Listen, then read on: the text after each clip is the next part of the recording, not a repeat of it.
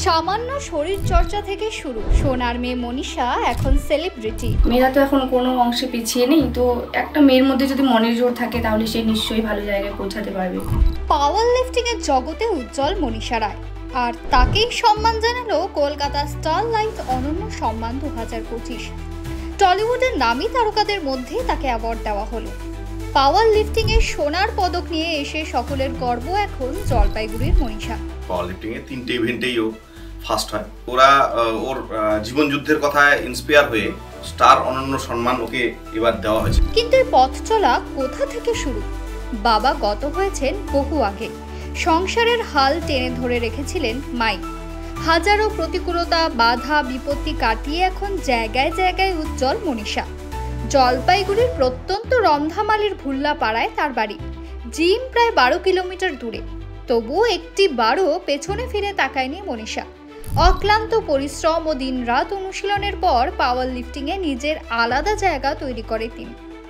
কেন হঠাৎ এই পাওয়ার লিফটিং এর ভাবনা? মনীষার উত্তর, প্রথমে শরীর চর্চার জন্যই জিমে ঢুকেছিলাম, পরে ধীরে ধীরে সকলকে দেখি আর আমারও উৎসাহ জাগে। একে একে জেলা স্তর রাজ্য স্তরে নাম লেখাই, শেষমেশ জাতীয় স্তর। অসুবিধা তো ছিলই, বরং এখনো প্রচুর রয়েছে, তবুও উৎসাহ অনেকটা বেড়েছে আর জেতার জেদটা ধরে রেখেছি।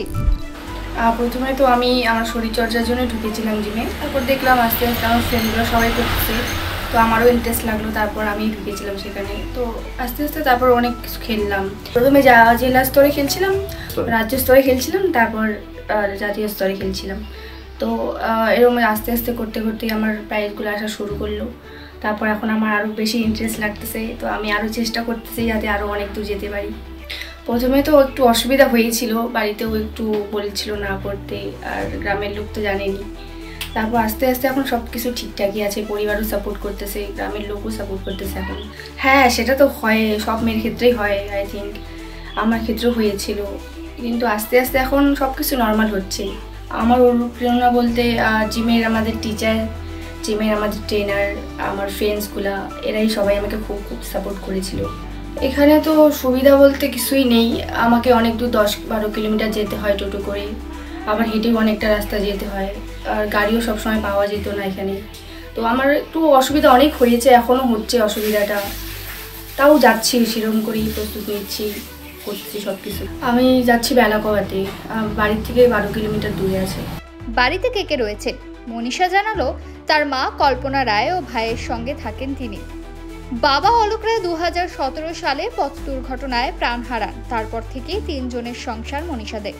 মনীষার প্রশিক্ষক অভিজিৎ বোস বলেন, শত বাধা পার করে মনীষা এই জায়গায় পৌঁছেছে, এটাই অনেক বড় বিষয়। ভীষণ পরিশ্রমী মেয়ে, আর এই পরিশ্রমকে সম্মান জানাতেই ওকে কলকাতায় ডাকা হয়েছিল।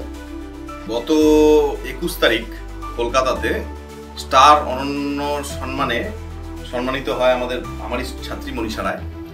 ওর পাওয়ার লিফটিংয়ে ও জাতীয় স্তরে এই গত 2024 সালের ডিসেম্বর মাসে গোল্ড মেডেল পায়, এবং তারপরে একটা কম্পিটিশন বেলাকোয়ায় আমরা অর্গানাইজ করেছিলাম, যেটা রাজ্য স্তরের প্রতিযোগিতা ছিল, বেঙ্গল চ্যাম্পিয়নশিপ পাওয়ার লিফটিংয়ে। 3টে ইভেন্টেই ও ফার্স্ট হয়। ওরা ওর জীবন যুদ্ধের কথায় ইন্সপায়ার হয়ে স্টার অনন্য সম্মান ওকে এবার দেওয়া হয়েছে। আমরা খুব আপ্লুত, এবং আমাদের বেলাকোয়াবাসীর জন্য, রাজগঞ্জবাসীর জন্য এটা খুব গর্বের খবর যে আমাদের এই প্রত্যন্ত এলাকার থেকেও একটা সংগ্রামী মেয়ে গিয়ে সে খেলাধুলার জগৎ থেকে এই স্টার অনন্য সম্মান পায়, এবং সেখানে অনেক বড় বড় ফিল্ম আর্টিস্ট বাংলার তাদেরকেও সম্মানিত করা হয়। বিরাট বড় প্ল্যাটফর্ম, যেখানে আমাদের বাংলা সিনেমার নাম করা অভিনেতা এবং অভিনেত্রীরা, আমাদের রাজ্যের বড় বড় হেভিওয়েট নেতারা সবাই উপস্থিত ছিলেন, বড় বড় IPS IFS অফিসাররা উপস্থিত ছিলেন, তাদের মাঝে ওকে পুরস্কৃত করা হয়। এটা আমাদের খুব গর্বের বিষয়। আমি বলতে চাই যে খেলাধুলোর মাধ্যমেও যে একটা ভালো জায়গায় যাওয়া যায় এবং এত বড় অ্যাওয়ার্ড পাওয়া যায়, সেটা আরও ছেলেমেয়েদের অনুপ্রেরণা যোগাবে আগামী দিনে, এটাই আশা করি। আর ওর জন্য অনেক শুভেচ্ছা রইল মনীষার জন্য, যে মনীষা এরপরে ইন্টারন্যাশনাল খেলবে আশা করি। আমার নাম অভিজিৎ বোস, আমি ওর প্রশিক্ষক, পাওয়ার লিফটিংয়ের প্র্যাকটিস করছে ও, এবং এর মধ্যেই খুব ভালো ভালো পদকও পেয়েছে। আশা রাখবো এরপরে ইন্টারন্যাশনাল খেলাতেও অংশগ্রহণ করবে এবং পদক নিয়ে আসবে। মনীষার জীবনযুদ্ধ হোক কিংবা ওর অক্লান্ত পরিশ্রম, সবই অনুপ্রেরণা হয়ে দাঁড়িয়েছে নবপ্রজন্মের জন্য।